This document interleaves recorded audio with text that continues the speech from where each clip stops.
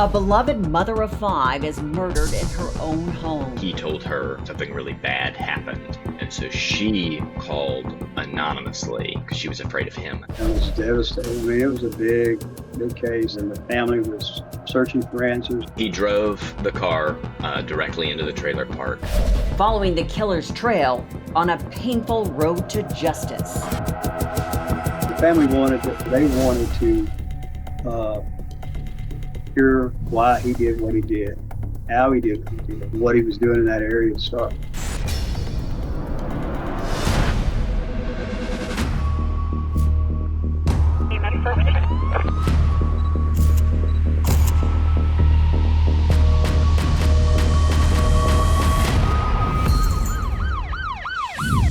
Hi, I'm Nancy O'Dell.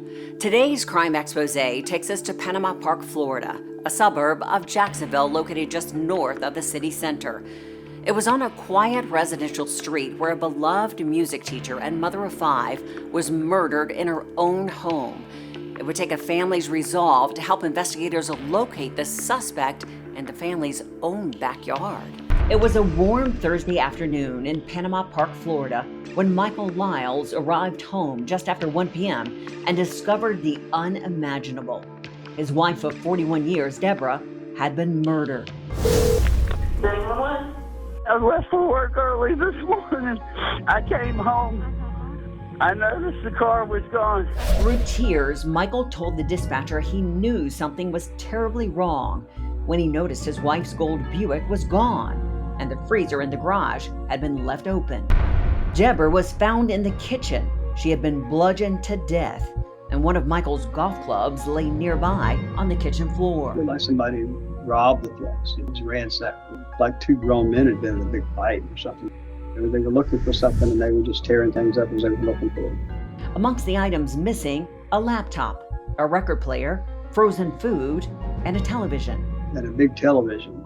I mean, that was one of the things that was kind of stuck in my mind. And how this guy carried out this television. He really felt like maybe he wasn't alone. Michael was overcome with grief, and he had the painful task of informing his 5 grown children of their unbearable loss. He said, "Gerald, call me as soon as you can. I need you, son." And it seemed unmistakable that he had been crying. I remember I was in the kitchen, and my father reported people broke into the house again, and your mother was home, and they got her, son. Gerald knew by the tone of his father's voice that his mother was gone. And the intensity of his emotion, I sort of knew immediately the way he had framed it or articulated it. So I said, is she gone? And my dad said, "Yes, son, I'm so sorry." 30-year-old Gerald and his siblings raced to their childhood home and walked into a nightmare. It was like the rapture had occurred. It was like a post-apocalyptic film. Like the whole residential street was taped off. We had learned that no suspect had been apprehended. Our home was a crime scene. We couldn't enter it. There's a bunch of yellow tape all around the house and many squad cars. Their childhood home had once housed so many fond memories. It felt surreal that it would now remind them of this tragic moment. It was a beautiful home, but the fact that it was a nice home in a very rough area made it a target. Through the years, the Lyles home had been repeatedly burglarized. They had a 300-pound gazebo with a wooden swing, like stolen out of their front yard.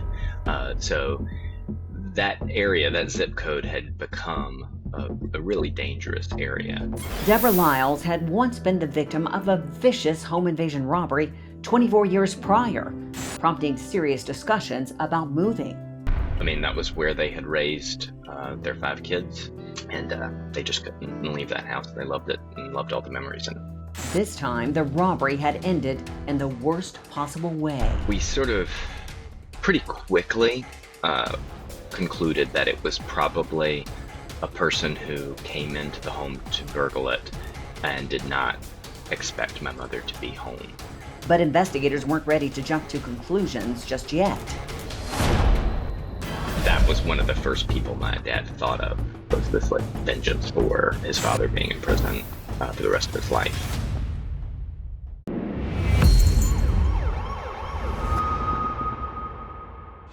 The loss of 62-year-old Deborah Lyles sent shockwaves through the community. How did losing your mother affect your family? I mean, that's immeasurable. There are all those experiences in your life that you reflexively want to share with your parent. My mother would have found out on the day that she was killed the gender of my second child. The beloved mother and music teacher had touched the lives of so many. She was loved by everybody. She was loved by her students at school. She was loved by, of course, Michael. I mean, if there was ever a Romeo and Juliet story, that was probably it. I mean, he just worshipped the ground she walked on. And he really, really took it hard. Deborah and Michael had been high school sweethearts, and they married and started their own family at a young age. That joy and effervescence was definitely the enduring image of my mother. My mother was very, very silly. My mother was so passionate about music. She said, where language fails, music speaks. She was able to pass on to her biological children and innumerable elementary school children how powerful music is to heal and to move people. The entire community mourned her loss. Devastating. I mean, it was a big case. A lot of people involved, and the family was searching for answers, and they were suffering. They were grieving. Deborah's husband was at a loss for who would want to harm his wife, but he told investigators about the man who had assaulted Deborah in the same home decades before. Curtis Head was the man who broke into my parents' home and violently assaulted my mother. Under the guise of seeking yard work, he burst into the Lyles home. She told him, well, my husband will get you a job, he'll help you get a job, he'll help you out, And Curtis Head ignored that and beat her and tied her up he beat her up pretty badly. Head stole $50, some jewelry, and the Lyles car, and he was arrested the same day. He got sentenced to life in prison without the possibility of parole for his third strike in a home invasion robbery. A law had been passed that if you had 3 strikes, you were out in home invasion robberies, and my mother's case is the first to be prosecuted with that new statute.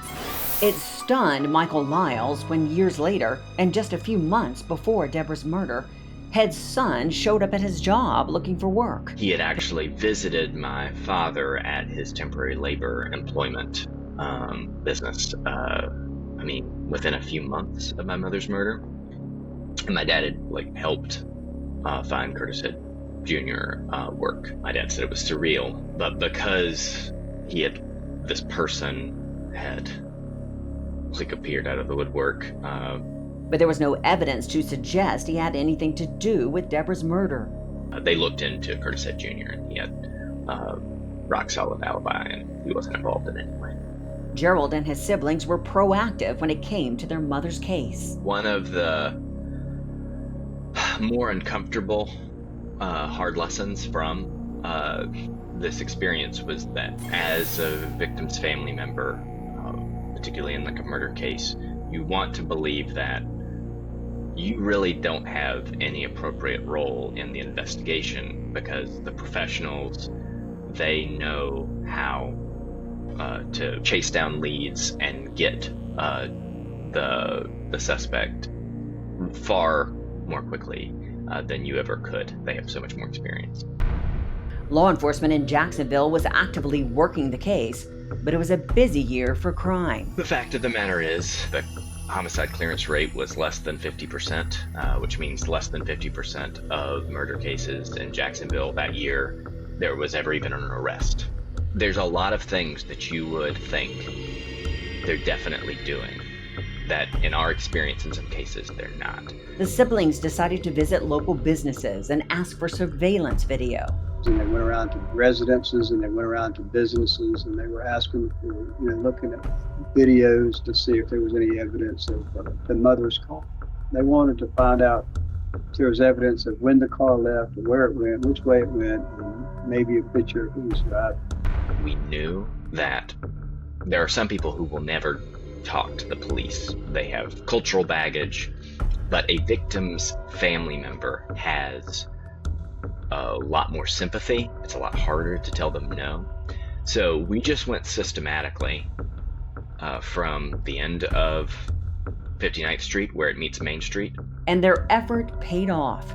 Deborah's gold Buick was caught on camera.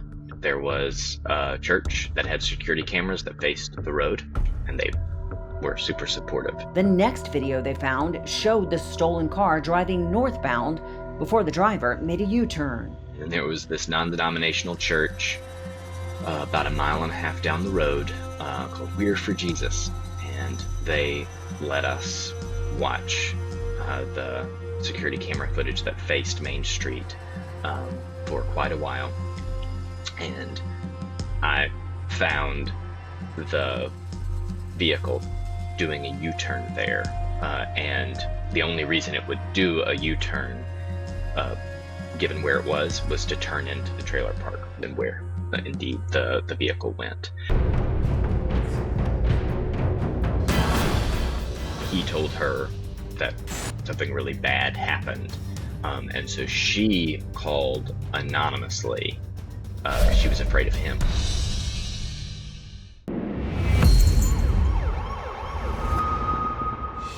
The Lyles siblings had just discovered surveillance video of their mother's stolen car fleeing the crime scene. And with each passing second of footage, they were able to narrow down the killer's escape route. He drove the car directly into the trailer park, and there was someone who had a security camera, and the car, my mother's car, stopped. A male figure was seen stepping out of the car. There would have only been one or two trailers that he potentially could go to. The surveillance video was critical in obtaining a search warrant for the mobile home where 24-year-old Adam Christopher Lawson, a convicted felon, was living with his girlfriend. The trailer was filled. It was like so many stolen goods in it. Just tons and tons of iPads and laptops and smartphones. Lawson had been released from prison 1 year earlier after serving a 6-year sentence for burglary and grand theft.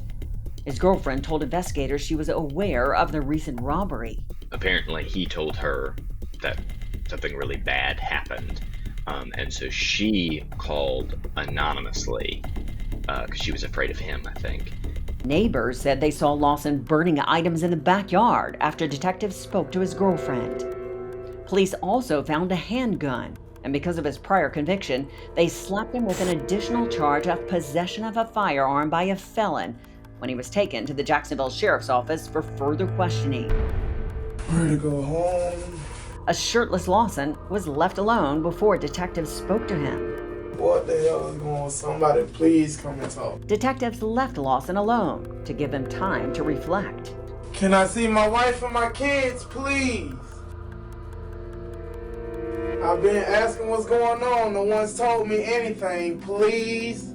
When they returned, they told him they had proof he had committed the murder, DNA evidence, surveillance video, and incriminating statements from his girlfriend, who was being questioned in a nearby room. I don't know anything. The Jacksonville Sheriff's Office announced his arrest less than 2 weeks after the murder. What did you learn about Adam Lawson after his arrest? We knew that he probably went in believing my mother was not there, that the house was empty. But there was no question when he was discovered, he wasn't going to let her run out of the house. Lawson sat in prison for months before he spoke to any legal counsel.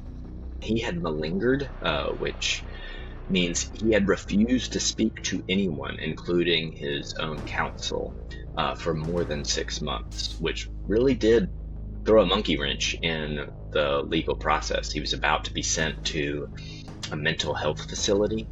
Fortunately, he, on a jailhouse call, was recorded saying, "Yeah, I'm playing dumb. We're going to see how long this gets me." And so then he was legally found to be malingering, and the pre-trial process could proceed. When he learned he would be facing the death penalty, Lawson had a change of heart. Grand jury indicted him for first-degree murder, and so they actually go into the jail and rearrest the person. And they also informed him that the state is planning to seek the death penalty. In exchange for a reduced sentence, he agreed to cooperate with the state. He pled guilty and agreed to describe what happened on March 23rd if the state would remove the death penalty. Michael Lyles wanted to speak to Lawson before his formal plea hearing. Foremost in his mind were his wife's final moments. That was part of the deal, and he agreed to it. And then on the day of, he refused to meet with my dad. So my whole family was there. It was a crushing blow to Deborah's husband, Michael. The whole family's here. This is adding even more pain on to what you've already done. And he just kept repeating, "I can't do it, I can't do it." And just a month later, the Lyles experienced another tragedy. It was like almost a month to the day after that failed meeting that my dad died. Broken heart syndrome was what his death certificate said. It really did seem to sort of like break him. Life was pretty much literally unlivable for him without her. Adam Lawson pled guilty to first-degree murder, armed burglary, grand theft auto, and possession of a firearm by a felon. He also gave prosecutors his version of what transpired at the Lyles home. What led to the burgling was they were out of food, and he and his girlfriend had a fight about like how they had no food left. And he stole a cooler and filled it full of food from my parents' garage, fridge, and freezer. Instead of the tragic circumstances surrounding her death, Gerald Lyles would like his mother to be remembered by the way she lived her life. I want Debbie Lyles' legacy to be as a person who loved people extravagantly and with a joy and a silliness that said, you can't take yourself seriously and love someone recklessly at the same time. Sometimes you have to be goofy to make them smile.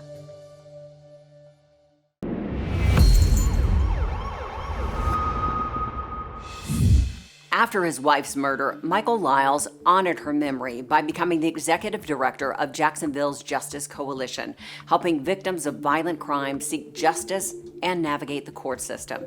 He was a steadfast ally for victims and surviving family members until his death. And now, it's time for today's Safety Spotlight. For every victim of a crime, sadly, there are friends and family also affected. Fortunately, there are organizations like the Justice Coalition that work with the Lyles and other victims' families. They provide crisis intervention and support throughout the legal process, as well as grief counseling and help with safety planning. I'm Nancy O'Dell. For all of us here at Crime Exposé, please join us next time and stay safe. The disappearance of a single mother. Cari's mother was concerned for her because she hadn't heard from her in 3 days.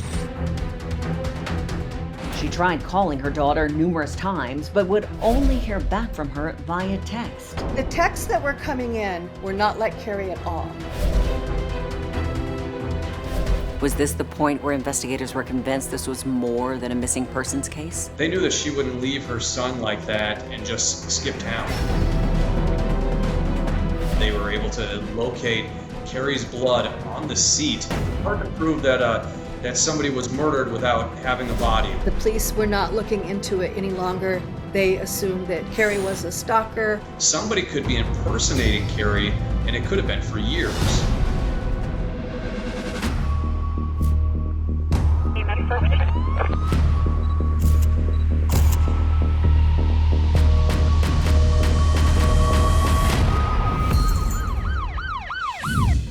Hi, I'm Nancy O'Dell. Today's Crime Exposé takes us to the historic Midwestern town of Macedonia, Iowa, 100 miles west of the state capital, Des Moines, and just 30 miles east of Omaha, Nebraska. Considered a major commercial hub, the city was also the backdrop for a tragic missing persons case. Detectives were led down a trail of confusing clues, but learned the truth was stranger than fiction. It was a chilly morning in November when a distraught mother called police in Macedonia, Iowa. Her daughter, 36-year-old Cari Farver, was nowhere to be found. Well, Cari's mother was concerned for her because she hadn't called her and she hadn't heard from her in 3 days. Cari's mother was also looking after Cari's 14-year-old son, Maxwell. Cari was expected to come home that weekend and pick up Maxwell so they could go to her half-brother's wedding, but she didn't show up. Cari appeared to be in high spirits when she last saw her mother on Sunday. The last time that Cari's mother, Nancy, had heard from her, she said that Cari was actually going to see her boyfriend, Dave, in Omaha and spend some time with him. Cari and 37-year-old Dave Krupa had recently started dating, and he lived a block away from Cari's new job in Omaha, Nebraska. Cari had recently started a new job as a computer programmer and had an expertise in coding. Cari told her mother she would be staying in Omaha with Dave to complete a project that required her to work late hours. So the text messages she started receiving from Cari made little sense. Cari was claiming that she was quitting her job and moving to Kansas to take another job. This really puzzled Nancy because, as far as she knew, Cari was really happy at her new job. It was more than just the contents of the texts that were jarring to Cari's mother. The texts that were coming in were not like Cari at all. They were hostile, they were abrupt, and they were full of grammatical errors. She tried calling her daughter numerous times, but would only hear back from her via text. Never a phone call to hear Cari's voice, and that's what worried her mother, Nancy. Cari had experienced mental health issues. Cari had severe anxiety, and she'd also been diagnosed as bipolar. Did Cari's mother believe this may have played a part in her disappearance? She was worried that she may not be taking her medication, which is possibly an explanation of the erratic behavior. They immediately jumped on that, and they decided that she must have had a breakdown, and that's why she took off. Detectives did make an effort to locate Cari and her car. And they got her phone records, and they saw that her phone was in the Omaha area. And they tried to pinpoint exactly where she was, and they found the neighborhood, but they couldn't find the exact house. And they drove around and they looked for the black Ford Explorer, and they didn't see it anywhere. They did make an effort, but they really thought that there was nothing that serious going on. This was a woman who, under her own volition, was supposedly emailing and texting her mother, saying that she had moved out of state. So they really didn't see it as a complete disappearance case because, seemingly there was still communication between mother and daughter. But those who knew Cari well knew that something was terribly wrong. They knew that she wouldn't leave her son like that and just skip town. He immediately told them, well, she's stalking me. And he showed them the text that he was getting. The police immediately concluded that Cari had completely flipped out.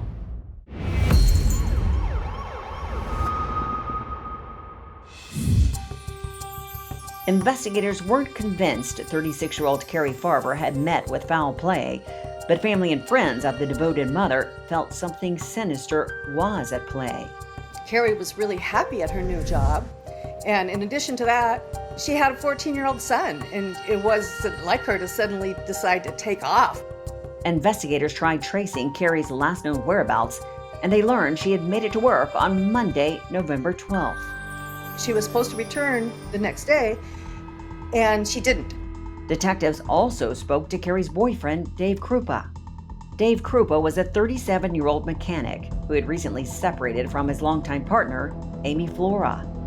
He was on his own for the first time in years. She came into his place of business. He was a mechanic, and she brought her Ford Explorer in with an issue that he looked at. Dave was not interested in having a committed relationship. He didn't want anything serious, that he just wanted to kind of enjoy his freedom and time by himself, but also did want some companionship. And at the time, Cari was okay with it. Investigators determined Dave was the last person to see Cari on Tuesday morning, November 13th. Cari was expected into the office, but she didn't show up. It was roughly 6 a.m. when Dave had left for work that morning. Nothing was out of the ordinary, as she was there before she was supposedly going to leave for work, but then things did turn weird.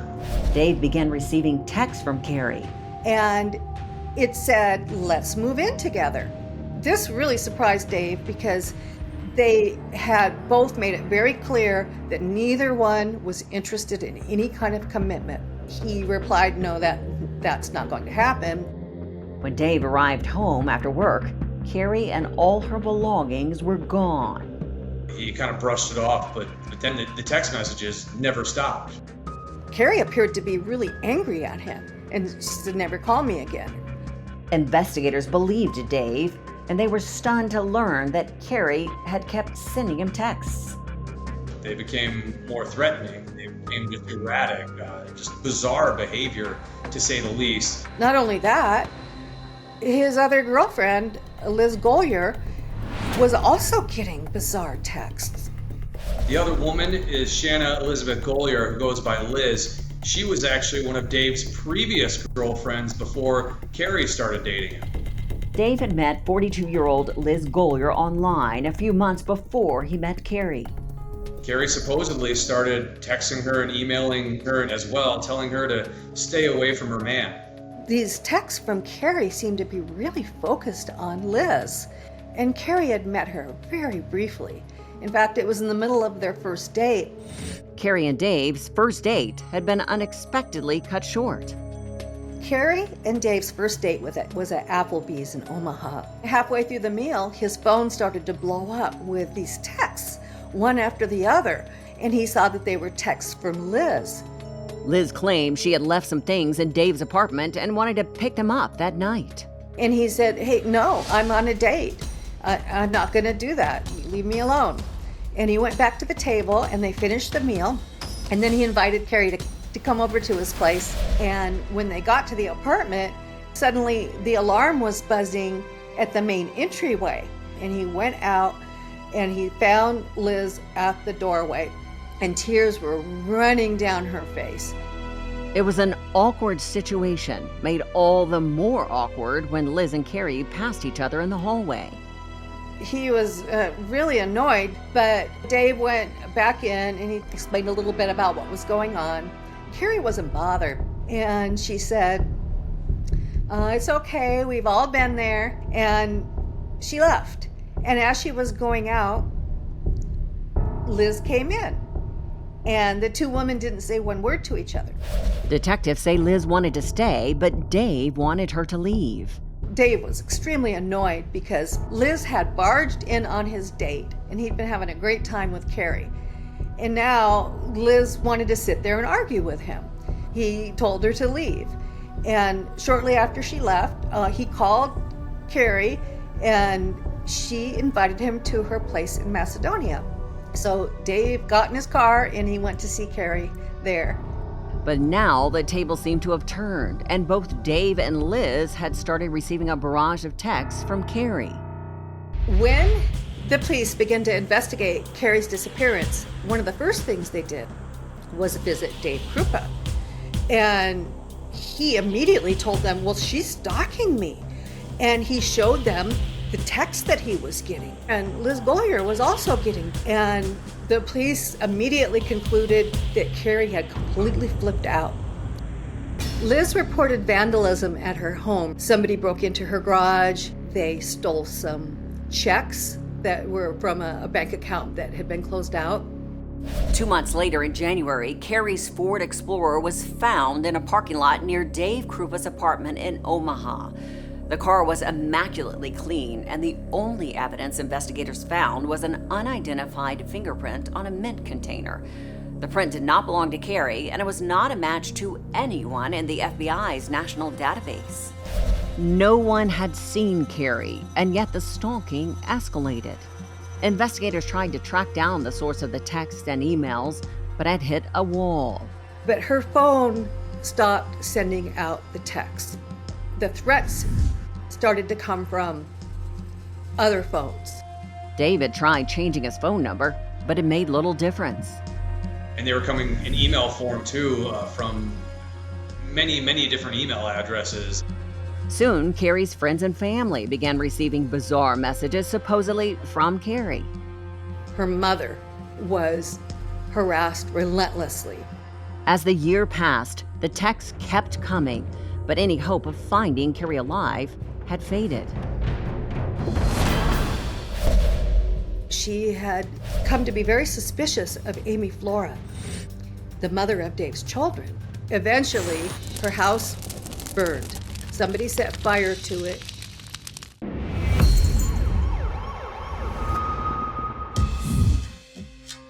Cari's loved ones believed the bizarre text and emails sent to look like they were coming from Cari were proof she had met with foul play.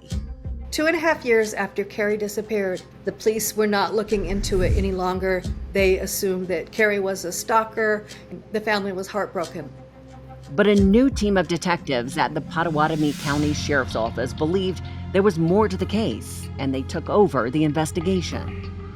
They learned Cari had not been seen or heard from, and she had not withdrawn any money from her bank account since her disappearance. Police and authorities were unable to get a hold of her, and even though she kept supposedly sending tens and hundreds and thousands of emails and text messages. It alarmed everyone when the threats directed at Liz escalated and became violent. Eventually, her house burned. Somebody set fire to it. Liz Golyer's 4 pets died in the blaze, and she told investigators Cari had sent her an email claiming responsibility for the arson. Because of this bizarre web of never-ending threats and erratic behavior and just constant, run-ins with the police, authorities actually did a search warrant to look at Liz's phone. That's where they find all kinds of incriminating things to say that she may have been the one who's impersonating Cari. And there were clues from the early days of Cari's disappearance that Liz Golyer may have been impersonating her all along. Cari's mother had seen that name before. Nancy was alarmed when she got a text from Cari with an image of a check, and it was signed by a woman named Shanna Golyer. Detectives questioned Liz about the check. They learned that her actual name was Shanna and Liz was her nickname. And yes, they were her checks, but they'd been stolen from her garage. And Liz insinuated that Cari had taken them. Detectives now carefully re-examined the check. They looked at it and they saw the signature of Shanna Golyer. And it occurred to them that nobody had even compared that to Shanna's actual signature. And they found signatures on some tickets that had once been issued to Shanna, also known as Liz, and the writing matched. Detectives took a closer look at Liz's phone records. The detectives asked if they could examine her phone, and she handed it over for them to download. Liz was unaware detectives considered her a suspect when she walked into the station to give them a piece of her mind. Liz explained that she had come to be very suspicious of Amy Flora, the mother of Dave's children. And she suggested to the detective that it wasn't Cari that was stalking Dave all this time, but it was actually Amy. Liz started to play into her own demise, giving authorities an idea that somebody could be impersonating Cari, and it could have been for years. Investigators would later access deleted images from Liz's cell phone, and one of the photos would give them pause. It appeared to be the image of a tattoo on a foot, but there was something very unusual. The medical examiner was able to confirm that the foot belonged to a deceased person. And that tattoo turned out to be the same tattoo that Cari Farver had on her foot. And that was really big for investigators to push them to believe that Golyer was not only behind her disappearance, but also behind the killing of Cari Farver. With the digital forensic evidence they had uncovered, investigators were able to arrest Liz Golyer for Cari's murder. Cari's loved ones had held on to hope for her safe return, but the arrest confirmed what they had suspected all along. It was a relief, but great sadness for them. Cari's disappearance was now a tragic homicide case. And investigators were able to find physical evidence linking Liz Golyer to Cari's murder. One of the things that they did test, again, was Cari's vehicle. They tested it years after they had released it back to the family. They were able to locate Cari's blood on the seat, the passenger seat inside her vehicle, dried blood. Golyer's fingerprints were also a match to the single print found on the mint container in Cari's car. So what was Dave Krupa's reaction to learning that the woman he believed was stalking him was the one who was murdered? He blames himself because the obsession was over him. Golyer's trial opened 5 years after Cari disappeared.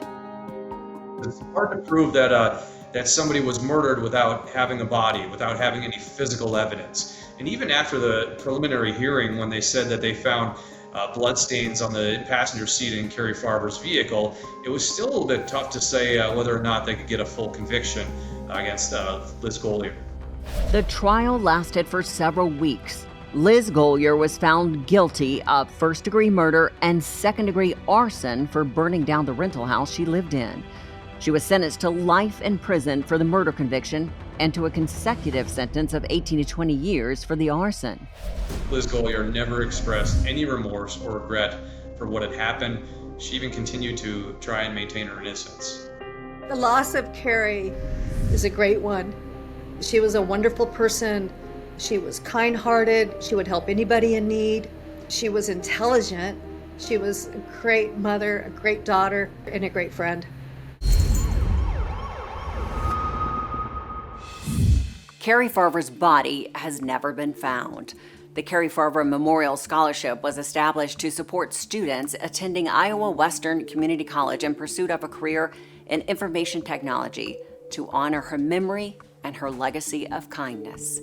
And now it's time for today's Safety Spotlight. With so much of our lives tied to technology, it's not surprising that criminals frequently utilize this same technology for financial gain or more nefarious purposes. To help minimize the risk of having your identity stolen, use strong passwords and regularly update them. Also, strengthen your security by using two-factor authentication or facial biometrics to access your email or phone.